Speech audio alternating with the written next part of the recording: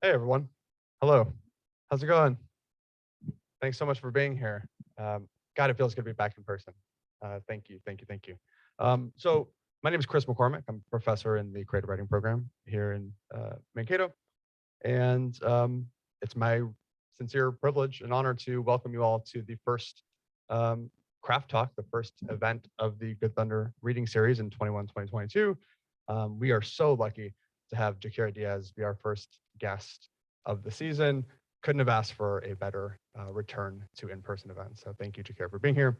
Let me say briefly how grateful we are to this event's co-sponsors and supporters here on campus, the Women's Center, Latinx Affairs, and Diversity and Inclusion. Their support, along with yours, makes today's events possible, and we're so thankful and genuinely excited to get started. So thank you. If this is your first craft talk that you've ever attended before, here's how it'll go. Jaquira will lead us through an idea about the craft of writing for about half an hour or so, and then we'll have time for questions from the audience, which is the really exciting part, to be able to pick Jaquira's mind. The questions can be about whatever she shares with us today, or about her book, or about the writing process in general, or about art and life. I'll let you all sort out what you want to talk about. And I'll come back up here at about 10 minutes to 4 with a couple of quick announcements, including we should have books for sale at the end of this event. But now it's time to welcome the author of the breathtaking memoir, Ordinary Girls, winner of a Whiting Award and a Florida Book Awards Gold Medal, and the recipient of fellowships from the McDowell Foundation and the Kenyon Review and the Wisconsin Institute for Creative Writing, Jaquira Diaz.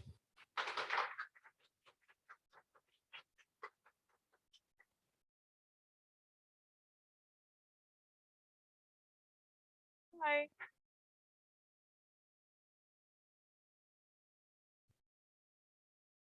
Hi. First, I want to say thank you all for coming. It really means a lot to see you all in person with your masks on. This is my first time coming out into the world since the pandemic. And so I'm excited and grateful. I love talking to readers and I love talking to people, although I'm very, very shy. You wouldn't know it because I like to pretend I'm cool, but so I feel very, very grateful and blessed that I get to do what I do. So I'm very, very happy to be here and thank you all for making this possible. So today I'm going to talk about Ordinary Girls, a memoir, which is a book that took me about 12 years to write. And I'll talk a little bit about what I do, which is what I did in this book, which is writing the truth, and I'll talk about the truth. I write mostly about girls, unmothered girls.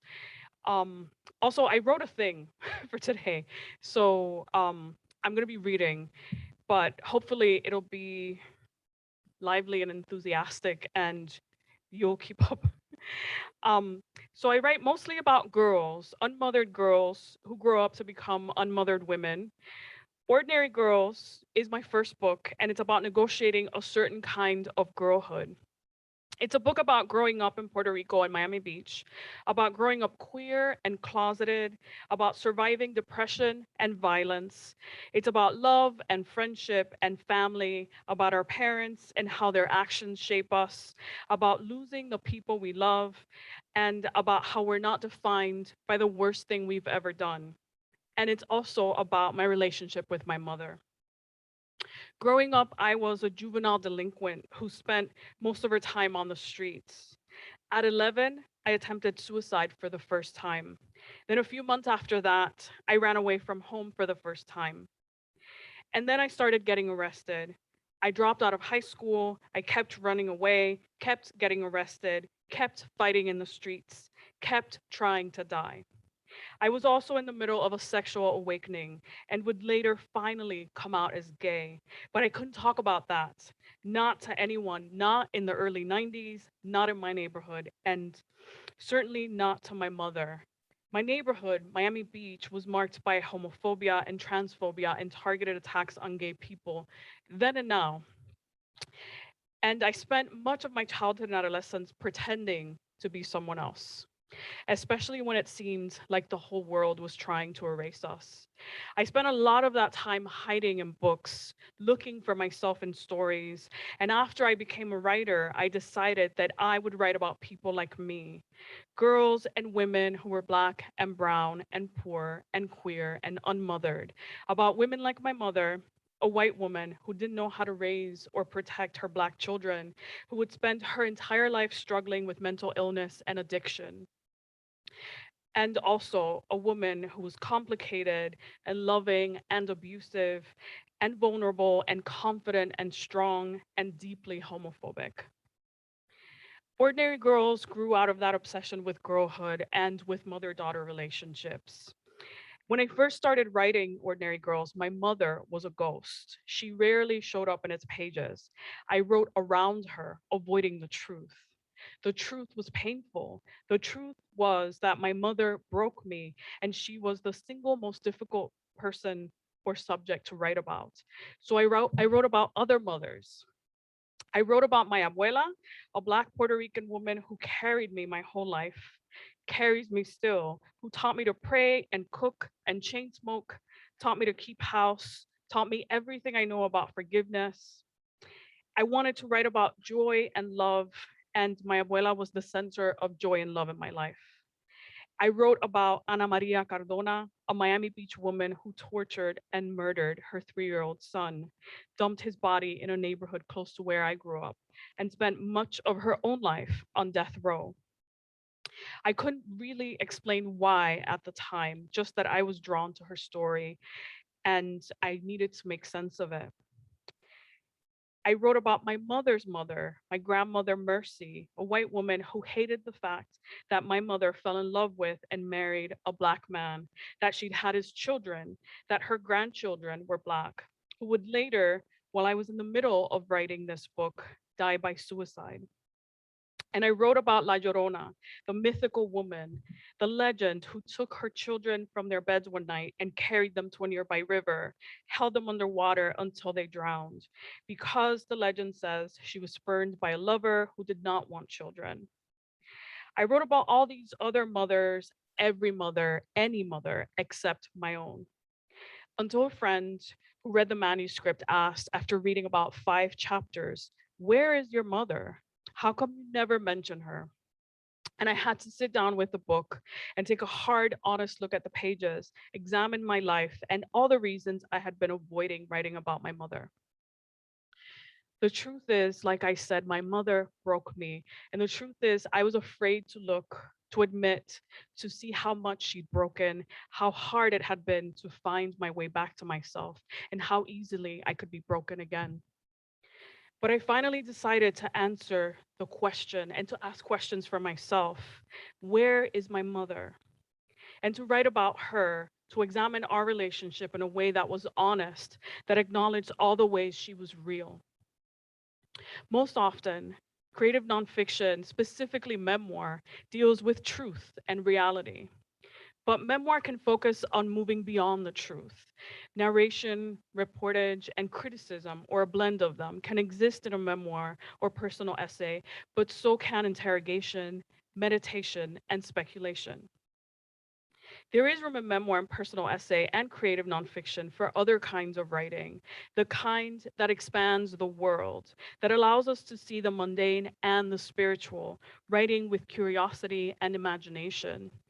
Memoir is supposed to be nonfiction, a narrative that relies on the truth, on memories, a recreation of these memories using some of the same mechanics of fiction or essay or other genres. There are often scenes and dialogue, moments of intimacy and vulnerability. Sometimes this means writing about moments you'd rather forget, when you were ashamed or devastated, moments that make you cringe. Sometimes it means writing the ugly truth. The memoir moves beyond the telling, beyond the narrative, toward interrogation, toward a difficult and necessary conversation. And I'll talk about some of my favorite memoirs, although a lot of you have heard me talk about how much I actually hate them. But one that I actually love is Saeed Jones's How We Fight for Our Lives. And in that memoir, he talks about a sexual encounter with a man who Jones calls Daniel and how it turns violent. Daniel starts hitting him, punching him, beating him until he's almost unconscious. At first, it seems that Jones is focusing on the violence, that the violence is driving this chapter of the book. But it's not just about that personal physical violence. In, I'm gonna quote him. Jones writes, "In that moment, I shrank into the distance, looking down as two men struggled in a dark room. It wasn't like he was beating me exactly.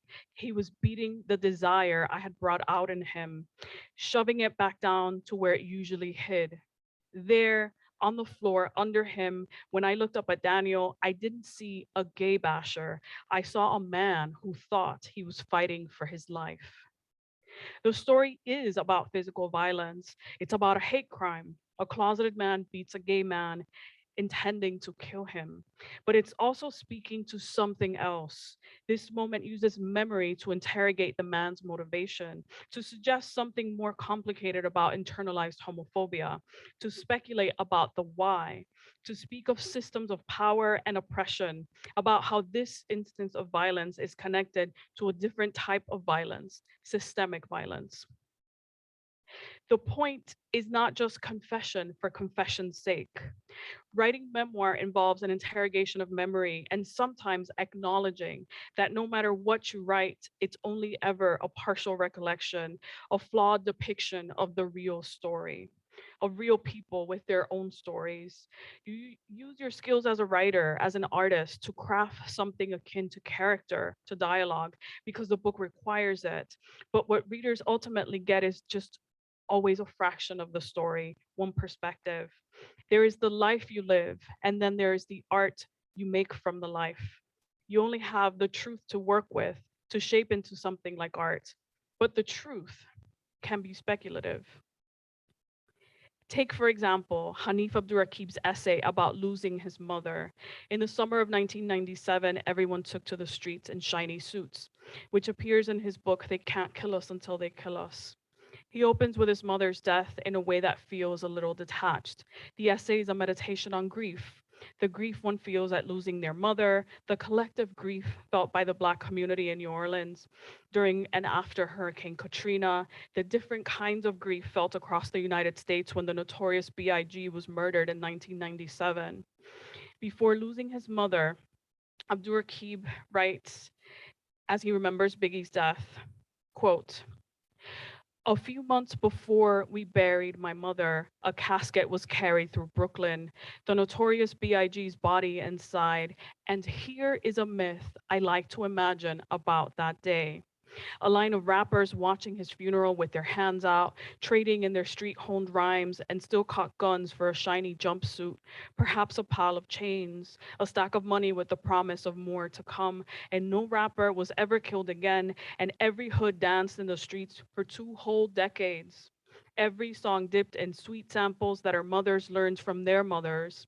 It's a lie, of course, but 1997 was, for me, a year of far off myths that I wanted to come to life. I dreamed myself into an emotional survival that I wasn't afforded the opportunity to live in my waking hours." He imagines an alternate history. But also at the end of the essay, he allows himself to imagine something more, a meditation on grief, followed by existential questions about the possibility of an afterlife, the possibility that maybe, just maybe, he will see his mother again.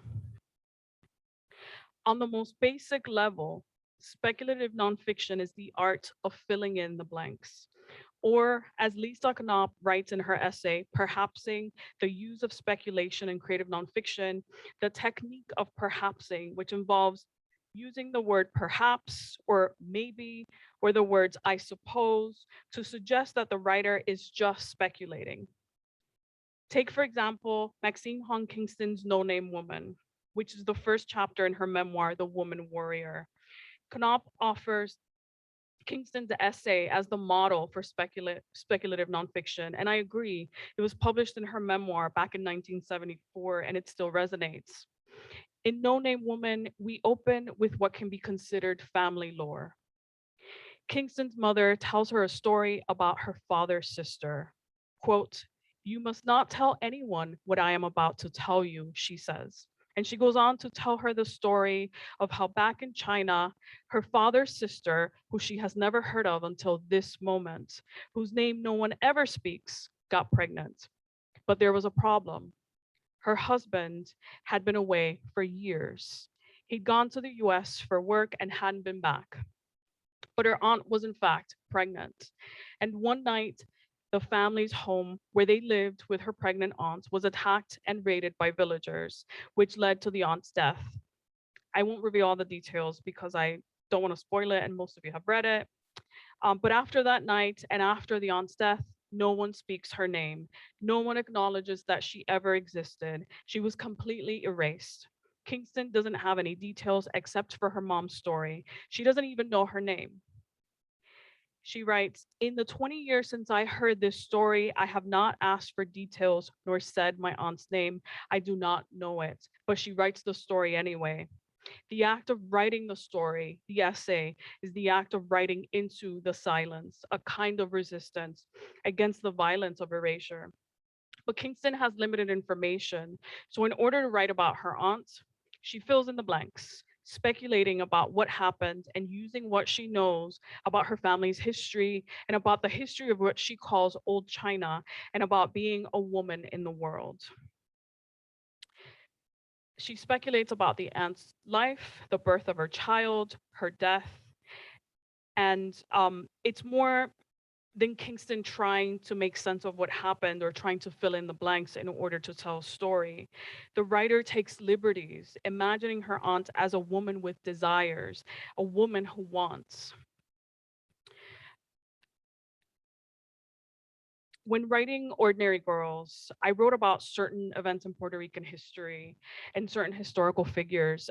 In the early chapters, I talk about attending the funeral of Juan Antonio Corregel with my father and how that was a kind of moment of awareness for me. I was a little kid and I didn't really understand the poetry or its significance at the time, but the moment was kind of a part of my origins as a writer, in part because I saw how much poetry meant to my father, but also the memory itself led me to look at books with curiosity and to look for narratives of other Puerto Rican poets and other Puerto Ricans who fought for liberation from Spanish and American colonialism. And this led me to Lolita Lebron. I was a young college student in 2004 when the Washington Post published a profile of Lolita Lebron about her role in the 1954 shooting inside the United States House of Representatives. While she was a controversial figure because of her role in the shooting, the Washington Post decided to call the profile, quote, "When Terror Wore Lipstick." It was infuriating to me that the headline didn't focus on anything relevant to who she was, didn't mention her life or the shooting or colonialism or racism or freedom or liberation, just her red lipstick, which I found sexist and dehumanizing. I thought about that profile for years and about the way the American media viewed and portrayed women, but especially Puerto Rican women, how we were sexualized or criminalized and dehumanized.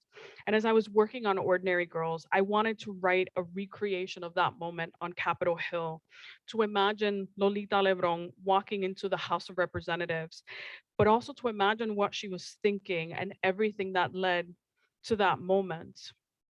A recreation, a reimagining, something that focused on her humanity, about the ways that she was both good and bad, how she was heroic and flawed and a little bit insane.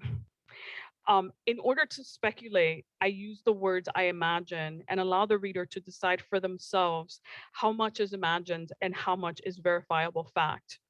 But for the most part, I try to write it with authority so that the reader could just follow me and let themselves be carried by this moment, kind of recreate the feelings, the urgency of this moment. And I'm going to read a little bit from that, and then we can have a conversation. So, this is the moment that I recreated. Capitol Hill, 1954. After her incarceration, Lolita spoke of visions. In prison, she said she'd heard the voice of God himself. Visited by angels, Jesucristo, La Virgen Maria in her prison cell, God had given her a divine mission. I imagine that long after being convicted and sentenced to 56 years in federal prison, the day of the shooting had become to her like something willed by God. The train ride from New York to Washington, D.C., Lolita sitting by the window watching the countryside, surrendering herself to the idea of dying in the name of freedom. How she met Rafael Cancel Miranda, Irving Flores, and Andres Figueroa Cordero, the three men who would follow her into the House of Representatives up to what they called the Ladies' Gallery. How after a meal at Union Station, running late, the four of them got lost. How they wandered the streets, strangers in this foreign place, this city so far from home, until finally they asked for directions. How when it started raining on the steps of the United States Capitol, Rafael pointed to the time on his watch, asked Lolita to wait. How she ignored the time, the rain, the three nervous men, everything testing her resolve. How she saw the hesitation, the fear in each of their faces and thought, I am alone. How she had decided back on that train that she would sacrifice her life for her island. And then she said it, Yo estoy sola, leaving the three men behind to follow or turn back. She had come here to die. Lolita standing in front of that government building, one woman among all those men, how she'd been living in a country that didn't feel hers, how she remembered the European settlers that raped and enslaved and killed the Taino who didn't deliver tributes of gold and spun cotton, hands hacked off, bodies left by the riverbanks, the European slave traders who stole and enslaved and raped and murdered African people, carried them chained across continents, Puerto Rico seized, exploited, first by Spanish colonizers, then by Americans who conferred citizenship to Puerto Ricans only so they could be drafted into military service during World War I, but didn't allow us the same voting rights as other US citizens. The Puerto Rican women sterilized by the American government without their consent, pueblos that turned to ghost towns, all the schools closing because there were no more children. Boriquen, Boriquen, Borinquen, Puerto Rico, our history, our culture, our blackness, our names, our people, stolen, erased. Had Lolita heard the stories? Had she read them in her father's books before she became a freedom fighter? Did she carry them with her? Lolita climbing the stairs to the ladies' gallery, cocking her Luger pistol. Boriquen, Boriquen, Borinquen, Puerto Rico. Viva Puerto Rico Libre. All those people on the streets of Ponce singing along as the band played La Borinqueña, the priest's sermon still fresh in their minds from that morning's Catholic Mass, the word of God, the palm fronds in their hands, their faces as that first shot rang out, Tommy guns blasting, the earth opening up like a wound. Yo estoy sola, she said, but what she really meant was, I am a woman. Thank you.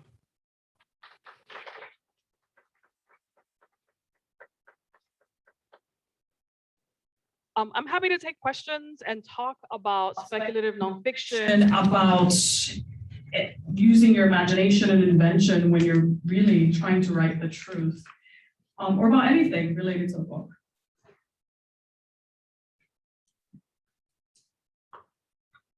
Yes. Yeah, thanks for being here. Thank you. So I'm wondering, when doing your speculative work, if you set up sort of guardrails, or is it a field that you think, okay, now I'm getting outside of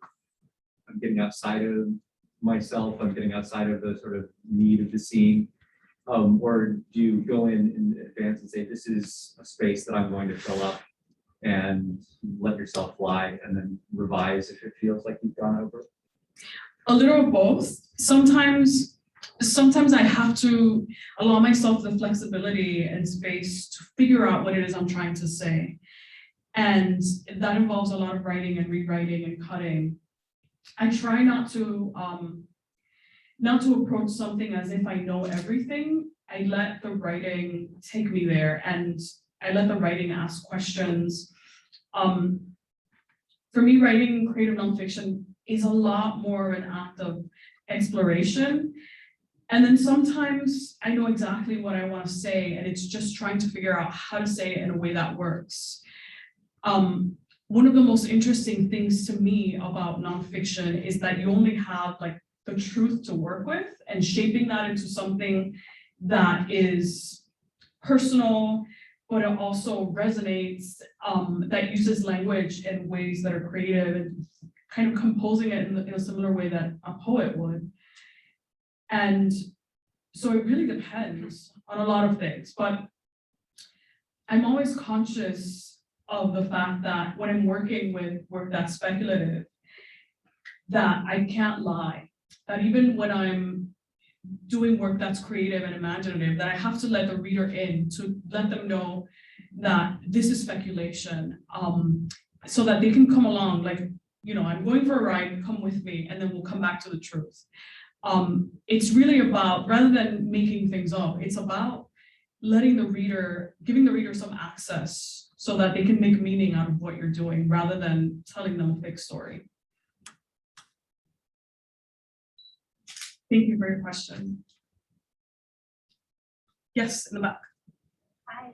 Hi. Thank you so much for the beautiful opening. I don't know. I'm really moved. I'm curious about what you said with, you know, not writing about a character that maybe occurred or happened in the truth, and how it's almost like the violence of the erasure, a really striking note, and then also the gap of knowledge. You know, writing into memories where there are gaps. I see something kind of interconnected there between that erasure and the gap. When you're writing, and especially when you approach the subject of your mom, how did you think about such a charged topic? How did you approach it? It seems so personal to you. You know, from a craft perspective, how do you approach writing into that gap? When I'm writing about my mom, or even in your speculative, like CNF type work? I'm always thinking about the real people and who they were, and I do a lot of research into who they were, even when it involves taking liberties. I did a lot of research into Lolita Lebron, and yet she's only, I want to say that's like a page and a half in the book. And I read hundreds of pages on her and different accounts of the shooting that day, things that other people said, witnesses who were there. I think it depends on what your goal is. I think for someone like Maxine Hong Kingston, who wrote about her aunts, she was really trying to fill a space because she knew that she'd never have access to what she needed. And even though what she created was kind of a fiction, what she was saying was she was asking of the reader to look at this fiction and see the truth, and to still acknowledge that this is a fiction, and yet that doesn't stop it from being true. And to consider what that means, not having access to someone's life or even their name, and to make things up. How I think it's a negotiation. For me, when I'm doing that kind of work, it's thinking about not only, you know, what the story is, but what is the point of doing this? Why am I speculating? It's usually to speak to a silence or a violence, or to ask the reader for something other than, you know, read and be entertained. I need the reader to do some deep thinking, and I need the focus to shift towards something else. There's a moment in the book when I talk about a story of a man who chased us with I talked about this earlier in the workshop, who chased us kids with a machete because we threw rocks at him. And at the time, all I knew about this man, who was a real person, is that he went to the Vietnam War, he was drafted, and then he came back and he was different. And as a child, I didn't know what that meant. It was only after I was, you know, older, writing about it and thinking about it, I just knew the story my family told and I wanted to retell it. And then I realized that I wanted the reader's focus to shift to something else, not just this is a story that's family lore, but to think about systems of oppression and why this happened. Not just that it did, but why. Why was it that, what is it that caused this person's illness and what it could have led to, and to imagine alternate versions of what could have happened, you know, when he chased us, if he actually caught us. And all the ways that colonial violence kind of seeps into our lives, the way that it affects people in a very real way. And so I think for me, it's always a negotiation. It's always thinking about the real people and the reader making meaning out of what I'm doing. Thank you. Yes. So as you were talking, I thought you must have to have so much distance to be able to like have this kind of mature perspective on this man or like the people in your stories. And I was wondering, do you have to wait until you have that perspective to write, or do you find that perspective as you're writing about them? A little of both. I always think that I can only write about something after I've had distance, after I've, you know, resolved my issues with it in therapy. Therapy has been so helpful, you know, for happiness and, you know, the everyday, but also for writing. If I feel myself getting emotional as I'm writing about something, it's not meant to be art, right? It's meant to be in my therapy journal. And so I write it there, I resolve it. And then after I realize I'm over that thing, that's not an issue for me anymore, then I can consider whether or not I want to shape it into something that I find artful. That's not always the case. I can't do that with everything, but I have to have enough distance so that I understand that it's not my life. It's the art that I'm trying to make from that thing that actually happened. And so that's always something I try to do. And then sometimes during the writing, something happens and I discover something about that moment that I didn't have access to then. And that is the best kind of discovery. You know, going into a work, whether it's fiction or nonfiction, and then discovering something as you're writing that kind of shifts the world for you. That's something that I'm always open to and that I hope will always happen. I think if I go into a piece thinking that I know everything, I won't be interested in it. It'll be too easy, right? And maybe the reader won't be surprised or it won't resonate. I think if I go into, you know, a work thinking, I know part of the story, but I'm still open enough to allow myself to discover something in the writing process, then I think for me, the writing becomes more interesting and more enjoyable. Although I have to say, writing nonfiction, especially memoir, is a kind of torture. I don't recommend it. Thank you. Yes. A question about Ordinary Girls. One of the things that struck me about your memoir in terms of craft is the way that events are often told not in sequential order in terms of how they happen. And yet, even though you're jumping around in time, it's such a coherent narrative.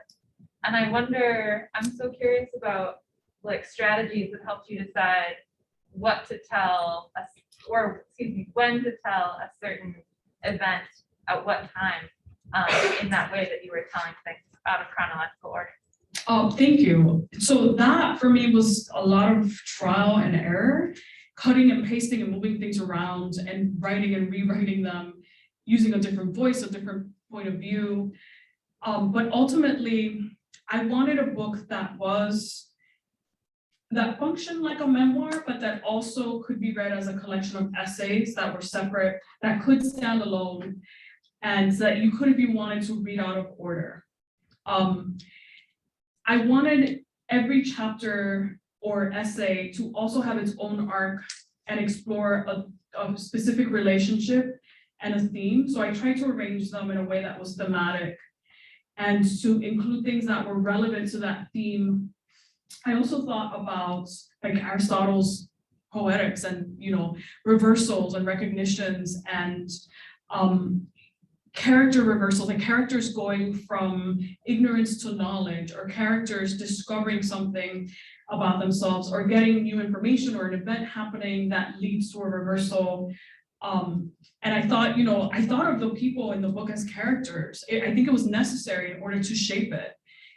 In a lot of the chapters, I went in thinking that I was going to write about one thing, and then it turned into something else. And then I saw themes emerging, and that's when I decided to kind of shape the essays using themes. And some things kept recurring, and so I would move those into a different chapter. There were things about sexual violence, and specifically relationships with girls. We were girls. And older men that kept recurring, things that happened again and again. And then I wanted to kind of show to the reader that this is systemic, this is repetitive, this is something that happens not just to me personally, but to my group of friends, but also to girls in general. And so I wanted that repetition in a certain chapter.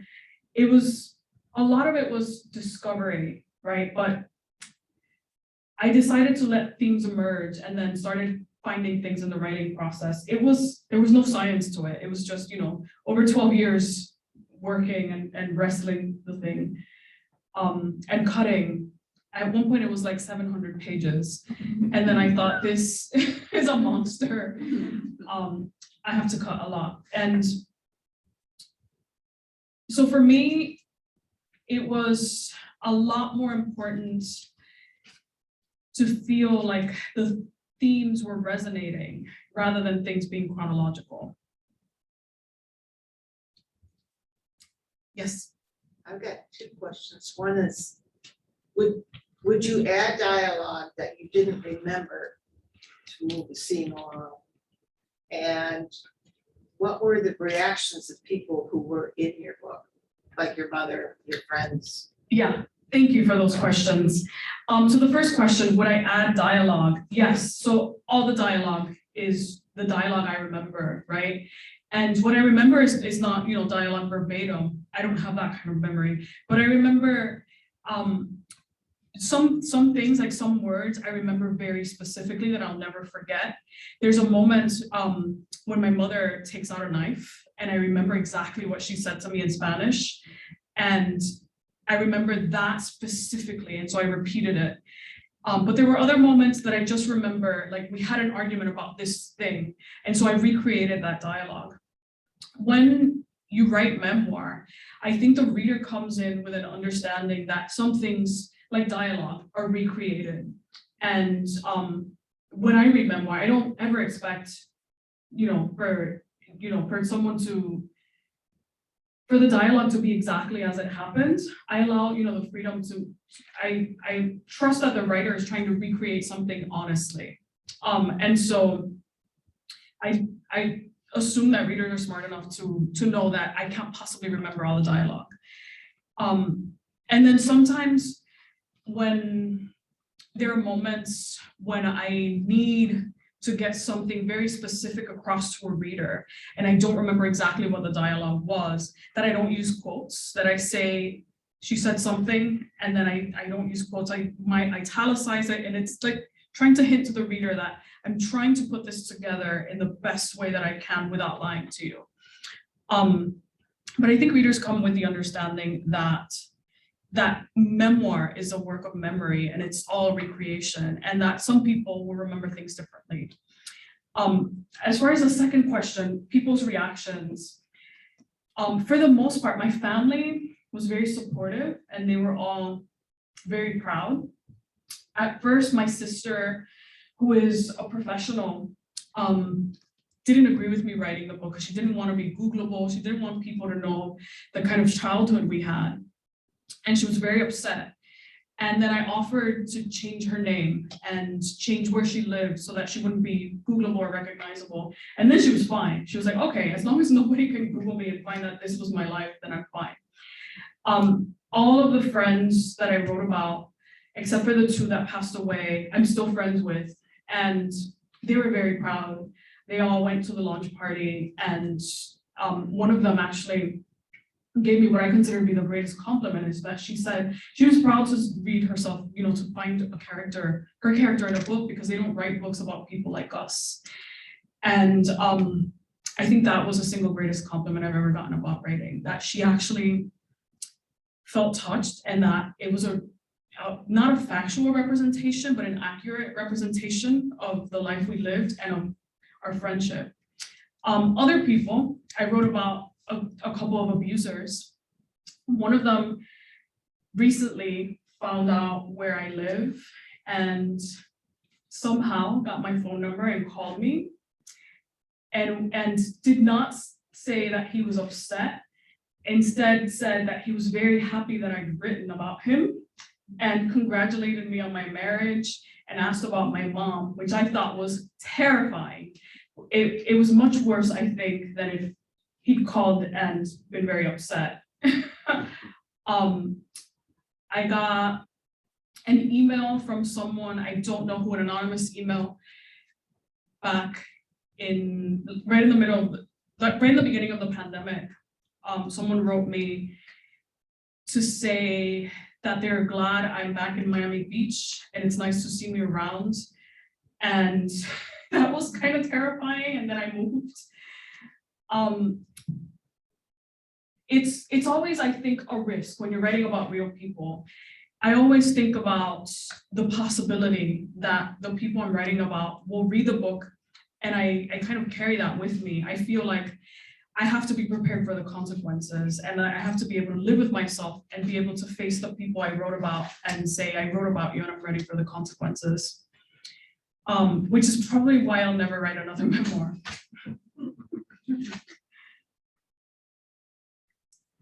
Yes. Hi, so as a published writer, I was just kind of curious, like, since you do creative nonfiction and you're kind of saying how you have to research a bunch before you start writing, when you start writing and the blank cursor is just looking at you, how do you go about just writing something?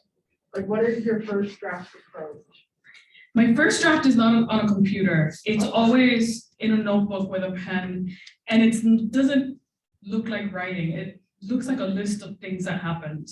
It's this happened, then that happened, then that happened. We went here, someone said this. It's like a blueprint. Like, this is the very basic surface level stuff. And I think I need to know that so that I can actually face a computer and show up and think, okay, I know what I'm going to write about. And then I, kind of get it from the notebook into the computer. And sometimes it's exactly the same. And then I start revising it. And sometimes it's completely different. But I have to write it in a notebook first. I think that helps me with anxiety. Yes. You said it took you 12 years to write your book. So from the beginning of when you started writing your book to now, what do you think has changed about you as a person and how you approach writing? Thank you for that question. I'm awesome now. What has changed about me as a person? So I think the biggest change is that I'm easy to forgive. I was very hard when I started writing this book. I was very hard on myself, on other people. I was hard in my relationships. I was angry. I was very, very angry. And I think after years of therapy and writing, it was fear. And I was afraid to live an authentic life. And I think writing this book helped me realize that I could, and that the people who loved me would still love me if I came out and, was who I am. But writing the book itself, I think the biggest change was my relationship with my mother. I was writing this book and I didn't have any contact with her for 7 years. And then after my grandmother's death, we started talking again, but it really forced me to think about the woman she was and why she was the kind of mother she was, to think about her mental illness, to think about her addiction, and to see how much we actually had in common, or similarities, the ways we were different, and to really put myself in her shoes and consider the kind of woman and mother she might have been if she hadn't been suffering from mental illness. And it made it much easier for me to forgive her.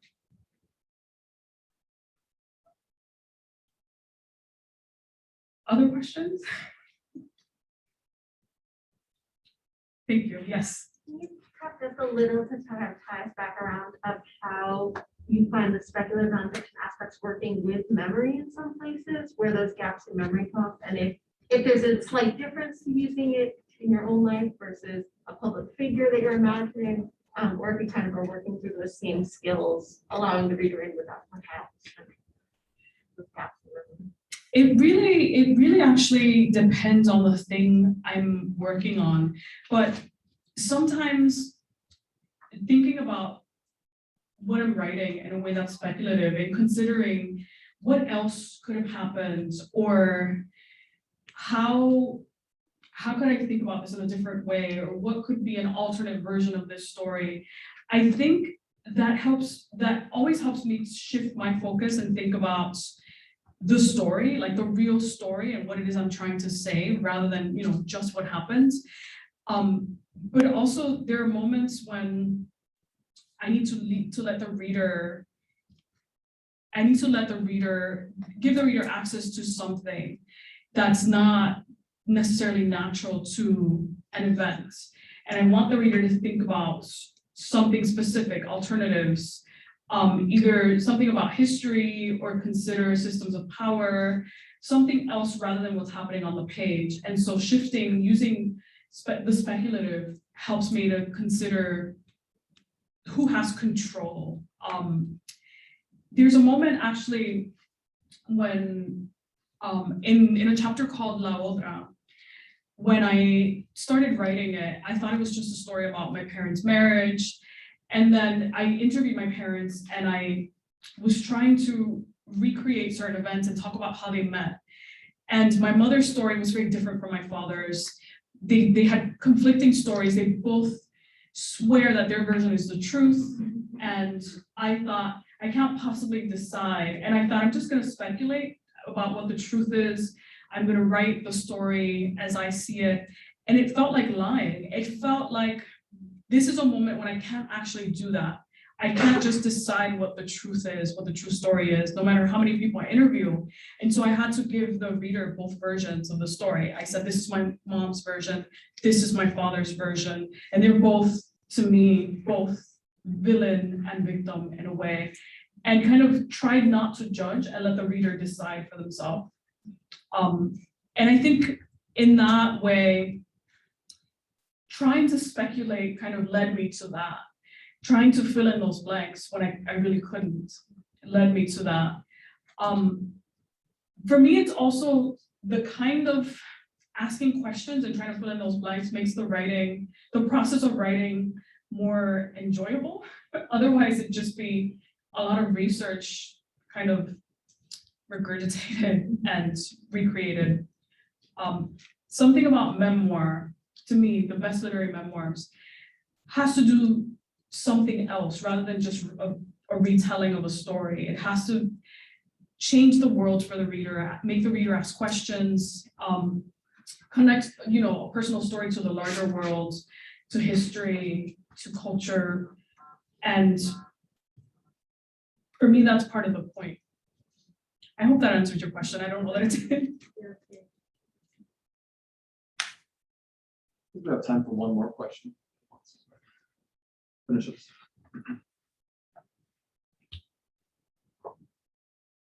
Yes.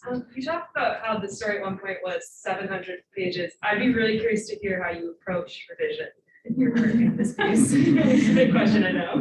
Thank you. Oh my God. So I had like 700 pages and I went to the Bread Loaf Writers Conference.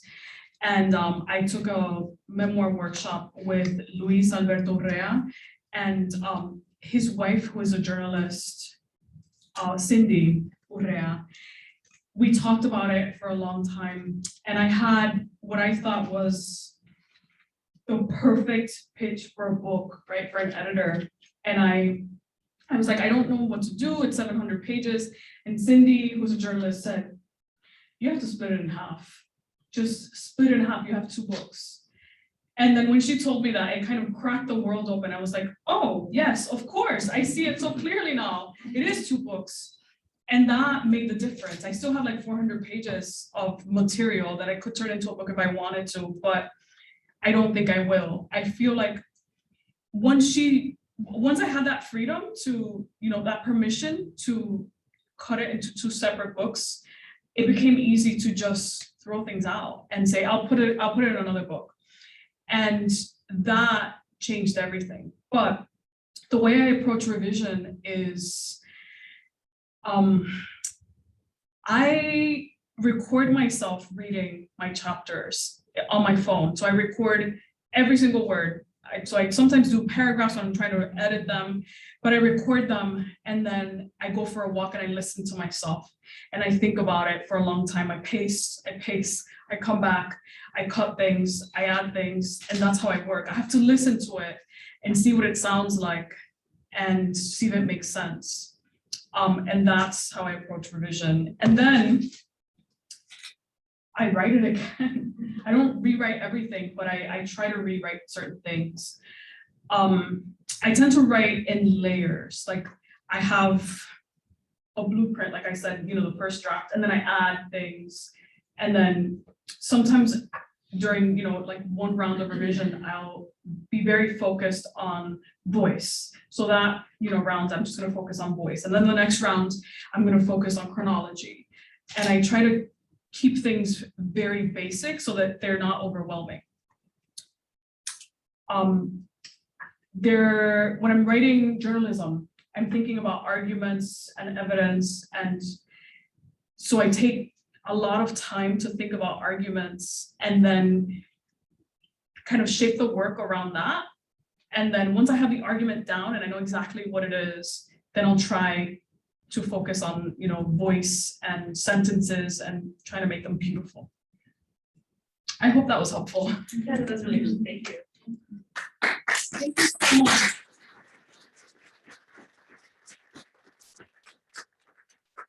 Just a quick announcement, everybody, that I hope to see everybody in the same room at 7:30 to hear Jaquira read from the book or read something else. I'm not sure what. You're Something reading. else, yeah. Something else, yes. So that'll be really exciting. There are 4 donuts here if you guys want to fight for one. And otherwise, thank you so much for being here. We'll hope to see you next time.